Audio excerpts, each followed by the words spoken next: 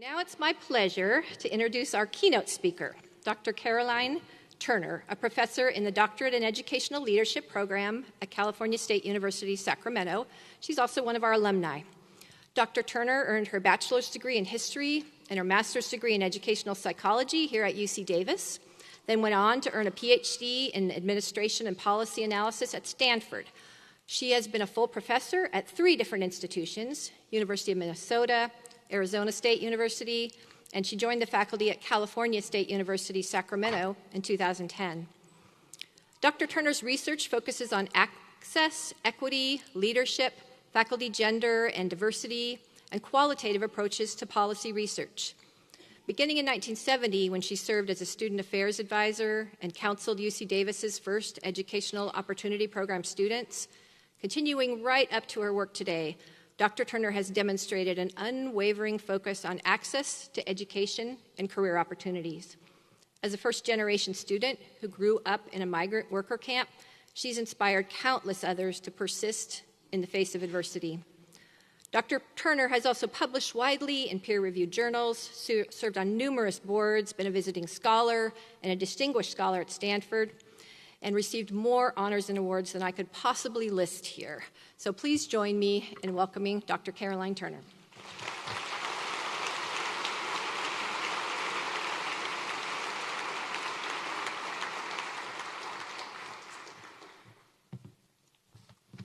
Thank you.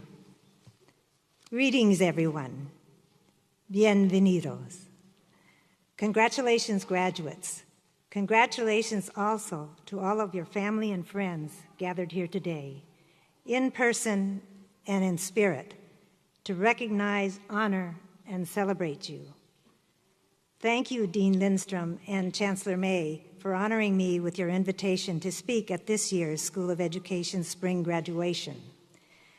I am proud to be a Cal Aggie and very happy to be here with you today. The UC Davis School of Education holds a special place in my educational journey, a journey that has taken me from working as a farm laborer in Hollister, California, to becoming the first in my family to go to college, to having the opportunity to serve for over 30-plus years as a professor of education at the University of Minnesota, Twin Cities, at Arizona State University, Tempe campus, and now at Sacramento State, where I was named interim dean of the College of Education. During this time, I was also elected to serve as president of the Association for the Study of Higher Education. I say all of this to fully recognize the importance of the academic foundation provided to me by attending the University of California at Davis, a top-ranked institution and now an Hispanic serving institution, by attending the School of Education and interacting with many of the path-breaking educators I met here. In 1963, I entered UCD as a freshman, with the music of the Beatles blasting out of every dorm room window, and the civil rights and farm labor movements underway. I want to point out that what made it financially possible for me to enroll at UC Davis was being awarded over 50 years ago a Cal Aggie Alumni Association scholarship. I recall riding my bicycle to class, as most students still do. With the growth of the student population, I have to say, however, I don't believe that today I would survive the bike circles on campus. In 1970, I sat where you are now, as a graduate of the first Master of Arts program offered by the Education Department before it became a School of Education. I am so fortunate to be an educator, to help others grow their talents just as my mentors, family, friends, and colleagues have helped me to grow. For their continued support, I want to publicly thank my family, including my 2 sisters in the audience, and would like to thank my UC Davis School of Education family, including Dr. Douglas Menace and Dr. George Young, who always knew that I could succeed in college even when I did not know. Indeed, the journey toward accomplishment and achievement in any endeavor is not done in isolation, but with the support of others willing to travel with you, providing encouragement along each step of the journey, helping you to overcome self-doubt, to achieve more than you thought possible, to overcome challenges, and, as we are doing today, to be here to celebrate your milestones. Think back on all the individuals who supported you along the way.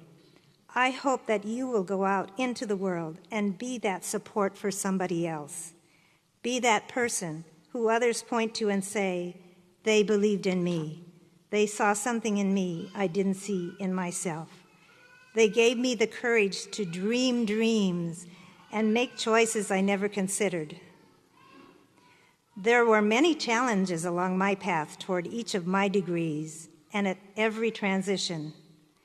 Likely there were challenges, some unexpected, in your journey to the degree you will be awarded. But you persevered. I would look forward to hearing your stories. Transitions can be rocky, and interventions can be miraculous. Here is one such story for me, which took place here at UC Davis. My father always wanted us to do whatever we did to the best of our ability. Little did I know that being a good farm laborer in Hollister, California, would be critical to my being able to stay at UC Davis. Doing an exceptional job in one arena had unpredictable ramifications for me in a seemingly unrelated future. At the end of my freshman year, due to a multitude of transition challenges and a debilitating illness which caused me to be hospitalized, I held a passing grade point average, but could not stay at UC Davis as my scholarship money was running out. In fact, I was packing my bags to leave when I heard a knock on the door. There stood a tall man with a beard and a field hat offering me a job working on the experimental tomato fields at UCD. He had heard from Dr. Pearson, his colleague in Hollister, and one of my former bosses, that I was in Davis and would be a good worker, who was able to tolerate the sun, and who would also understand the nature of the work he was doing. It was a miracle. I now had a job and could pay my way through school. I never dreamed, as I helped to plant, label, cross-pollinate, and harvest squash and melons for a seed company, that this would later translate into a job at a critical juncture of my college life. Later, I was to learn that the man at the door was Dr. Charlie Rick, a renowned plant geneticist who was the foremost authority on tomato genetics. This experience made me realize what thin threads connect first-generation college-goers to their campuses. It also exemplifies how a simple intervention might prevent such departures. Later, as I concluded my dissertation research and subsequent research as a faculty member, I observed that these thin threads and critical interventions were documented many times over. In retrospect, I have to say that I grew up as a Latina Filipina doing field work, then worked my way through UC Davis doing field work as an undergraduate. And now, to this day, as a qualitative researcher, I find it amusing that I still find myself doing field work. As each of you prepares to step out into the field of education as new graduates and future educators, others are looking up to you and listening to your words. In a passing comment, one of my professors said that I should consider becoming a professor, something I had not thought about. His encouragement attracted me to enter his profession. It also underscored for me the importance of what we say in our roles as teacher, professor, advisor, and administrator. What we say can encourage or discourage others to consider their options, to think deeply about their purpose in life, and or to pursue their hopes and dreams. As leaders, in addition to the support you can provide to individuals, you will also have opportunities to create inclusive and welcoming school and campus learning environments. Environments where the thin threads I just described can be strengthened with intentional organizational interventions that support the retention and success of all students. You will be asked to address major challenges. For example, reports state that across California, hundreds of thousands of students aren't receiving the education needed to succeed in college, career, and beyond. You will have a great opportunity to promote much-needed systemic change. In this regard, the significance of the leadership many of you will provide cannot be overstated.